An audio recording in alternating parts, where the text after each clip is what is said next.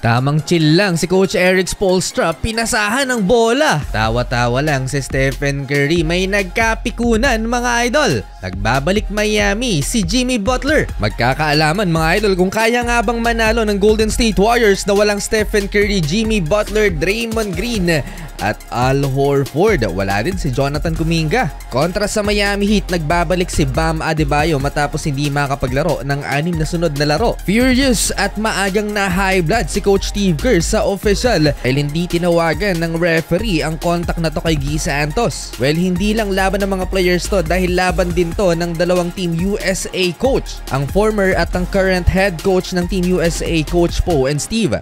Sayang lang at hindi nakapaglaro sa kanyang dating home court si Jimmy Buckets. Patawa-tawa lang si Stephen Curry sa first quarter, first to reach 10 points mga idol ang Miami, 10-4 run. 5 triples ang agad na pinakawalan ng Miami Heat kaya natambakan ng Golden State Warriors. 16-point Miami Heat advantage under 6-minute mark ng first quarter. Buti na lang at naipasok si Buddy Hield, nakapagbigay ng impact off the bench. Baka hindi siya mapasahan pag naglaro si Jimmy Butler. Jumski transition points and 1. Luminipis na ang lamang ng Miami Heat hanggang sa naibaba ng Golden State Warriors into single digit ang kanilang hinahabol dito sa first quarter. Solid ang bench points ng Dub Nation kaya nag-mini run sila papatapos ang first quarter, 29-20 end of first quarter.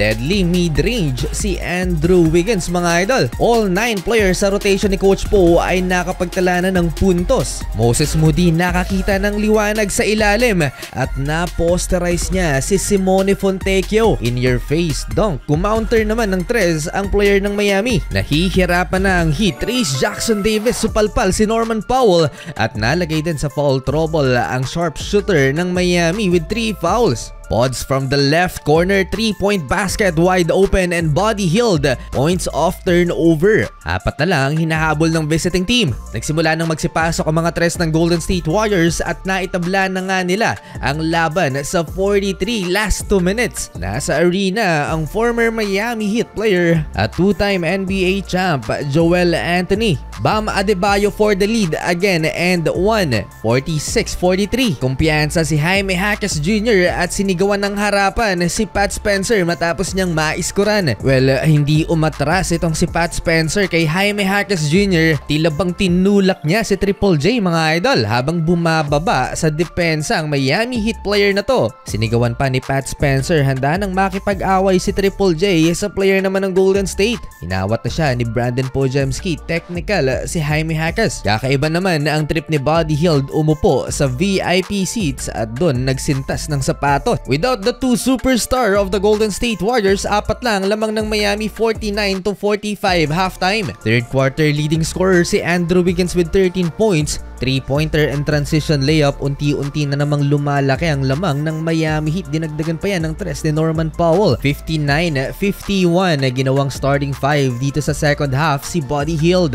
From the parking lot, Pat Spencer, 3-point made, 59-54. Isa pang bangko sa Golden State Warriors ang kumana si Kenton Post na meron ng 9 points at nakalamang na rin ang Golden State 60-59 from 16-point Miami Heat lead. Better ball movement sa third quarter ng Golden State Warriors, 3-point basket ni Kenton Post na pa-celebrate si Stephen Curry. Nag-aala Karl Anthony Towns yata si Kenton Post, mitaw pa ng isang tres at napa-blow a kiss sa Miami. Back-to-back to, shot fake kay Kel'el Ware, inilapit pa from midi 2-pointer. 17 points lang naman so far para sa 7-footer big man ng Golden State. Umabot pa sa 5 points ang lamang ng Golden State Warriors at hype na hype si Stephen Curry, napatayo pa sa kanyang upuan. Akalain mo nga naman mga idol, wala ang mga stars ng Golden State pero lamang sila ng dalawa sa pagtatapos ng third quarter, 74-72. Fourth quarter, pick and roll, Kel'el Ware to tie the game at 74. Relax na nakatayo si Coach Poe sa sideline, pinasahan ng bola ni Drew Smith.